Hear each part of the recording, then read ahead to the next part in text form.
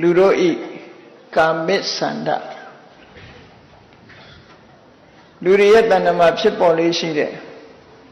ကာမိဆန္ဒအကြောင်းနဲ့ပတ်သက်ပြီးဒီကနေ့ဟောပြောမှာဖြစ်တယ်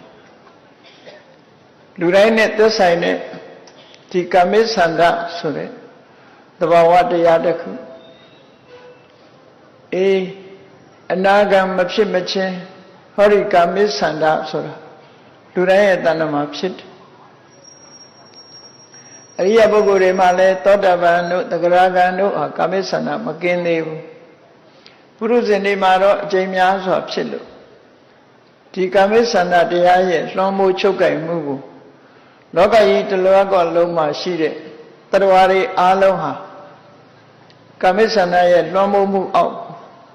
ရောက်ရှိပြီးတော့ကာမိဆန္ဒရဲ့ခြေကျွံတဲ့ဖွယ်ဖြစ်ပြီးတော့နေကြရတယ်ဆိုတာဒီကာမိဆန္ဒဟာဘာကြောင့်လူတွေရဲ့တဏ္ဍမှာဖြစ်ပေါ်လာတယ်လဲလူတွေကောင်းကျိုးပေးဖို့အတွက်ဖြစ်ပေါ်လာတာလားသို့မဟုတ်လူတွေဒုက္ခရောက်ဖို့ဖြစ်လာတာလားဆိုတာဘုရားမြတ်စွာရဲ့ဒေသနာတော်နဲ့ညှိနှိုင်းပြီးတော့မိမိဘဝနဲ့လက်တွေ့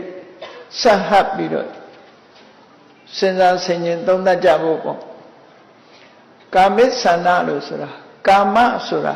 လူချင်းစရာအာယုံကိုကာမလို့ခေါ်တယ်ဒီနေရာမှာလူချင်းစရာအာယုံนี่လူချင်းစရာအာယုံဆိုဒီမှာ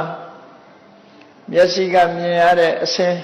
လူချင်းစရာကောင်းတဲ့နှစ်သက်စရာကောင်းတဲ့မျက်နှာဝဲကောင်းတဲ့အစင်းအာယုံနားနဲ့ကြားရတဲ့နှစ်သက်စရာမျက်နှာစရာကောင်းတဲ့အသံအာယုံနှာခေါင်းနဲ့နမ်းရှူရတဲ့မျက်နှာစရာနှစ်သက်စရာကောင်းတဲ့အနတ်အာယုံလျှာနဲ့လျက်ရတဲ့မျက်နှာစရာနှစ်သက်စရာကောင်းတဲ့ရတအာယုံနဲ့ခန္ဓာကိုယ်နဲ့ထိတွေ့လို့ရတယ်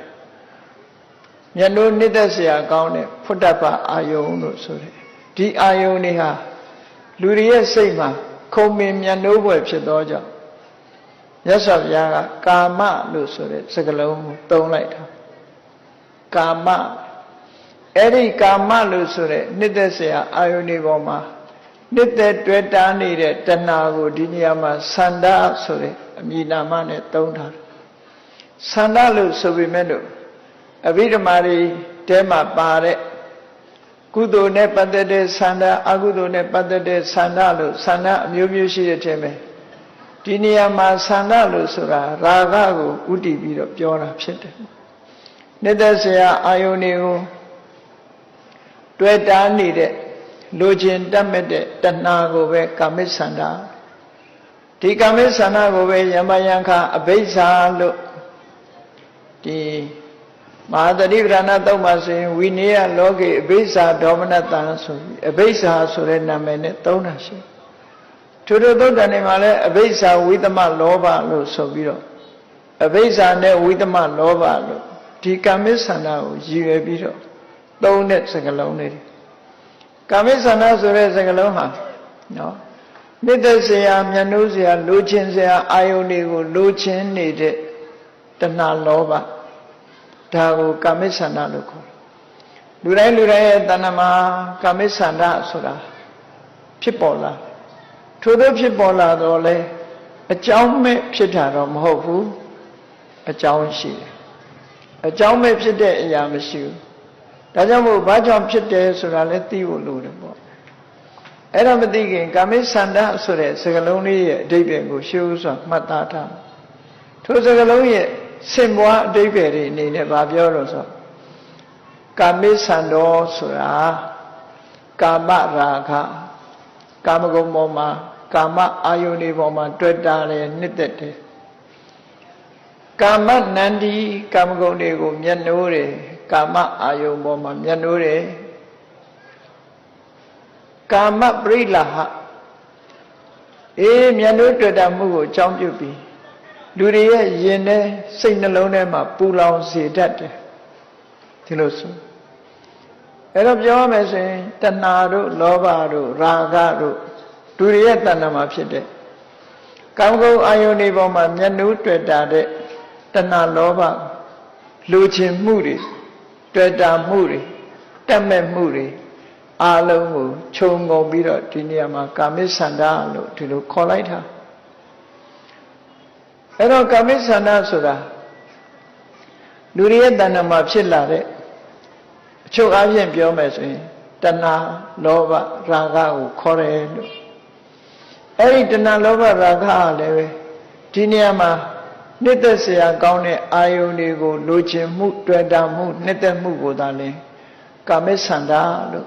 ဒီလိုဆိုတာပေါ့အဲ့ဒီကာမိဆန္ဒဆိုတဲ့လောဘဆိုတဲ့တရားဟာသူ့အလိုလျောက်ဖြစ်လာသလားလို့ဆိုမဟုတ်ဘူးအကြောင်းရှိတယ်အဲ့ဒီအကြောင်းကိုအဓိကအကြောင်းနေနဲ့မြတ်စွာဘုရားကဒေသနာတော်မှာဘယ်လိုဟောတယ်လဲလို့ဆိုလို့ရှိရင်နာဘိက္ခွေအညာဧကဓမ္မံပိသမနုပတ္တမိယေနအနုပ္ပန္နောဝါကာမိသံတော်ဥပ္ပစ္စတိဥပ္ပန္နောဝါကာမိသံတော်ဘေယောဘာဝါယဝိပုံလာယတံဝတ္တတိယထေယိတံဘိက္ခွေသူဘနိမိတ်တံလို့ဆိုလိုတဲ့အဓိပ္ပာယ်ကဘာလဲဆိုရင်အလှအပအာယုံသူဘနိမိတ်တဆိုတာအလှအပအာယုံအလှပအာယုံဆိုတဲ့အကြောင်းတရားဟာတဲ့မဖြစ်သေးတဲ့ကာမိဆန္ဒတွေကိုဖြစ်ပေါ်စေပြီးတော့ဖြစ်ပြီးတဲ့ကာမိဆန္ဒတွေကိုပို့ပြီးတော့တိုးတက်များပြားစေနိုင်တယ်အဲ့ဒီအလှပအာယုံမှတပါးကာမိဆန္ဒမဖြစ်သေးတာတွေကိုဖြစ်စေပြီးဖြစ်ပြီးသားကိုတိုးတက်များတဲ့တခြားအကြောင်းတရားကိုငါမမြင်ဘူးဒီအလှပအာယုံပေါ့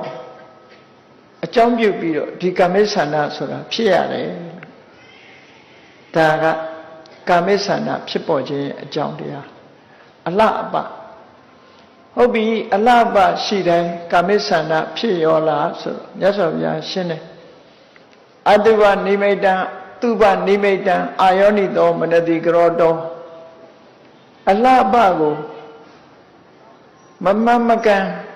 မမရွင်ရွင်နှလုံးသွင်းမယ်ဆိုလို့ရှိရင်တဲ့မဖြစ်သေးတဲ့ကာမိဆန္ဒတွေဖြစ်လာလိမ့်မယ်ဖြစ်ပြီးသားကာမိဆန္ဒတွေပို့ပြီးတော့များပြားလာလိမ့်မယ်အဲ့တော့ကာမိဆန္ဒကိုဖြစ်စေတတ်တဲ့အရာဆိုတာဟာအလှပအာယုံကိုဆိုလိုတယ်ပေါ့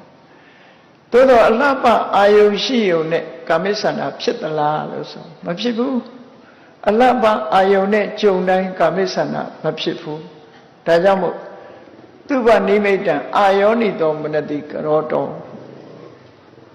မိမိရဲ့နှလုံးသွင်းဆင်ញင်မှုမှားယွင်းမှုကလည်းအတွင်းအကြောင်းတစ်ခုပဲ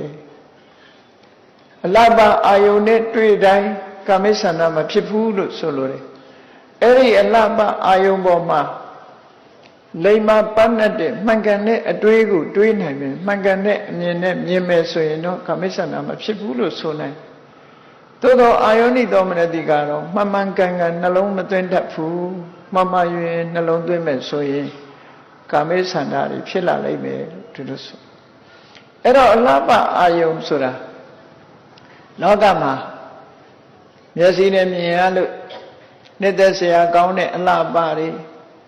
နားနဲ့ကြားရတဲ့တာယာပွဲအသံတွေနှာခေါင်းနဲ့နမ်းရှူရတဲ့မွှေးကြိုင်တဲ့အနံ့တွေလျှာနဲ့လျက်ရတဲ့ကောင်းမွန်တဲ့အရာတွေခန္ဓာကိုယ်နဲ့ထိတွေ့ရထိတွေ့ခံစားလို့နော်စိတ်ရှိတဲ့အရာမျိုးတွေအထီးအတွေ့ဒါတွေဟာသူဘနိမိတ်လို့ခေါ်တယ်အလှအပတွေပဲဖြစ်တယ်လောကမှာအလှအပဆိုတာအဲ့ဒီအလှအပတွေအလှအပတိုင်းအလှပမှန်လို့ရှိရင်အပြင်မှာအကြောင်းတရားတစ်ခုအနေနဲ့လူတွေရဲ့တဏ္ဍာမှာတွေ့တာမှုတွေလိုချင်မှုတွေမျက်နှိုးမှုတွေခင်မင်မှုတွေဆိုတဲ့ဒီတဏှာလောဘတွေကိုဖြစ်စေတတ်တယ်ဒီလိုဆိုတာအဲ့တော့အလှပတတ်တဲ့နဲ့ရတော့ကာမိဆန္ဒမဖြစ်ဘူးမြတ်စွာဘုရားရဲ့မြတ်စွာဘုရားမှာလည်းမျက်လုံးရှိတယ်ယဟန္တာပုဂ္ဂိုလ်တွေမှာလည်းမျက်လုံးရှိတယ်နားရှိတယ်နှာခေါင်းရှိတယ်လျှာရှိတယ်ခန္ဓာကိုယ်ရှိကြစဉ်းစားကြည့်နော်မြတ်စွာဘုရားလည်းမျက်စိရှိလို့မြင်ရတာမြင်တဲ့ထဲမှာ